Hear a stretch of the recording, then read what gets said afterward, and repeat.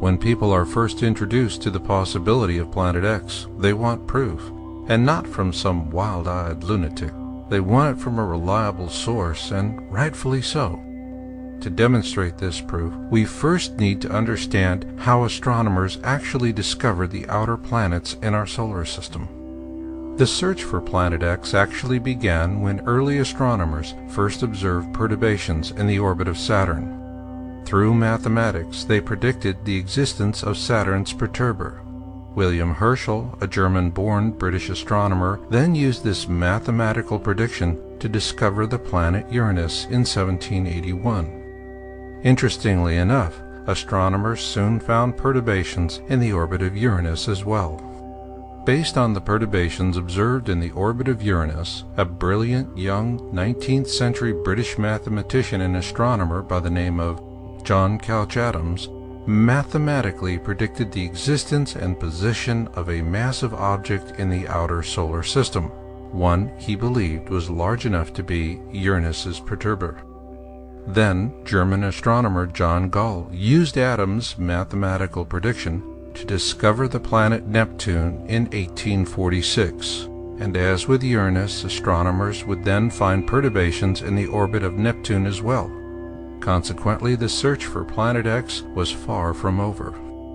When Clyde Tombaugh discovered the planet Pluto in 1930, many jumped to the conclusion that it was the mysterious Planet X that everyone had been looking for so long. However, when the mathematicians began running the numbers, it became quickly obvious that Pluto had nowhere near the mass to be Neptune's perturber. When you compare Pluto with the Earth, the math becomes self-evident. Here you see Pluto and the Earth. Pluto seems tiny because it is tiny. In fact, it's roughly 60% the size of our own moon. This is why Pluto was recently demoted to the status of a dwarf planet. Oh well, fame is fleeting, so let's refocus our attention on the critical point, which is the ongoing search for this elusive Planet X. In the spirit of Herschel, Adams, Gall, and Tombaugh, the National Aeronautics and Space Administration, NASA, continued the search for Planet X, and in 1992 they issued a landmark press release. It said, "Unexplained deviations in the orbits of Uranus and Neptune point to a large outer solar system body of 4 to 8 Earth masses on a highly tilted orbit beyond 7 billion miles from the Sun."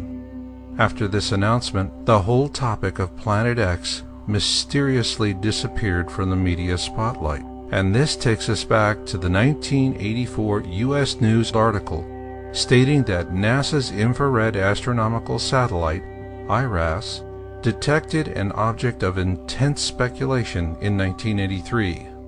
Could this be the same object they reported in 1992 as being 7 billion miles from the Sun and as massive as 8 Earths? Given NASA's silence on the matter, who is to say? But then again, this silence does beg the question, what did they see and what did it look like? Perhaps a good guess starts with the IRAS itself.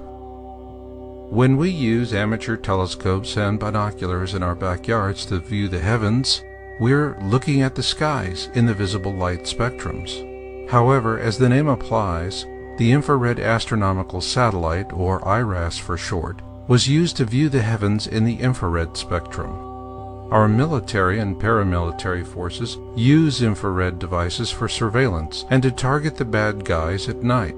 This is because infrared devices show us the heat signatures of objects, such as the engine in this jet fighter.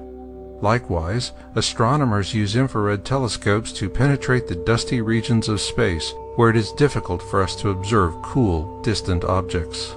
With this in mind, Let's assume that IRAS imaged Planet X in 1983. If so, what might it have looked like? Assuming it was spotted, it may have appeared like this, a faint reddish object. So what could that be? In 1984, astronomers felt it could be one of two things: a massive protoplanet forming at the edge of our solar system, or a brown dwarf companion to our own sun. While a protoplanet would obviously lack the mass to perturb the orbits of Uranus and Neptune, a brown dwarf certainly would. So then what is a brown dwarf? In simple terms, a brown dwarf is an unborn star, and astronomers have recently learned that these unborn stars are the most common type in our galaxy. Unlike our sun, which has the necessary mass to keep its own nuclear furnace burning, brown dwarfs lack the mass needed to stay lit. Consequently, they ignite much like our own sun did, then sputter out and slowly die like the hot embers of a campfire. This is one reason why brown dwarfs are difficult to view in the visible light spectrums, because they're shrouded by a large ball of dust created by their initial ignition. However, a brown dwarf would stand out to the IRAS like a sore thumb due to its heat bloom. That's why infrared telescopes are ideal Planet X trackers at this time. So assuming that Planet X is a brown dwarf, how big could it be? The prevailing thought on brown dwarfs is that they must be bigger than the planet Jupiter, although astronomers have recently discovered a gas giant in another solar system that is substantially larger than Jupiter. Nonetheless, the assumption here is that if Jupiter were any larger, it could ignite and become a sun. An idea that was brilliantly examined in the film 2010, The Year We Make Contact, starring Roy Schneider, John Lithgow, and Helen Mirren. Released in 1984, it was the long-awaited sequel to Stanley Kubrick's 1968 blockbuster 2001: A Space Odyssey. What's interesting to note about the movie 2010 is the closing scene. In that scene, we see two suns in the sky. Assuming that Planet X is a brown dwarf, is it possible that reality could mimic fiction, and that we actually see two suns in the next 5 years? Yes, we could, if Planet X actually enters the core of our solar system. If you're sensing that the other shoe is about to fall, your instincts are spot on. According to a story titled Planet X, Is It Really Out There?, published in the September 10, 1984 issue of U.S. News and World Report, in 1983, the infrared astronomical satellite IRAS detected heat from an object about 50 billion miles away.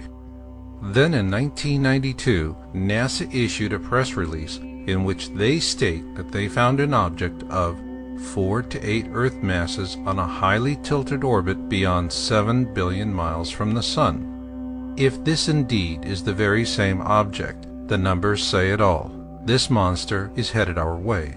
That is, assuming this object is in a long elliptical orbit around our own Sun. That brings us to the crux of the matter, and with this in mind, let's assume the following 3 things. 1.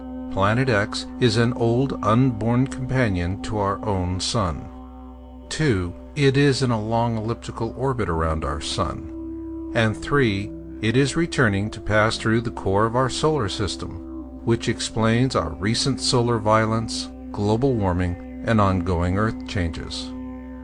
Assuming all of this is true, it stands to reason that there would be documented history of a previous Planet X flyby.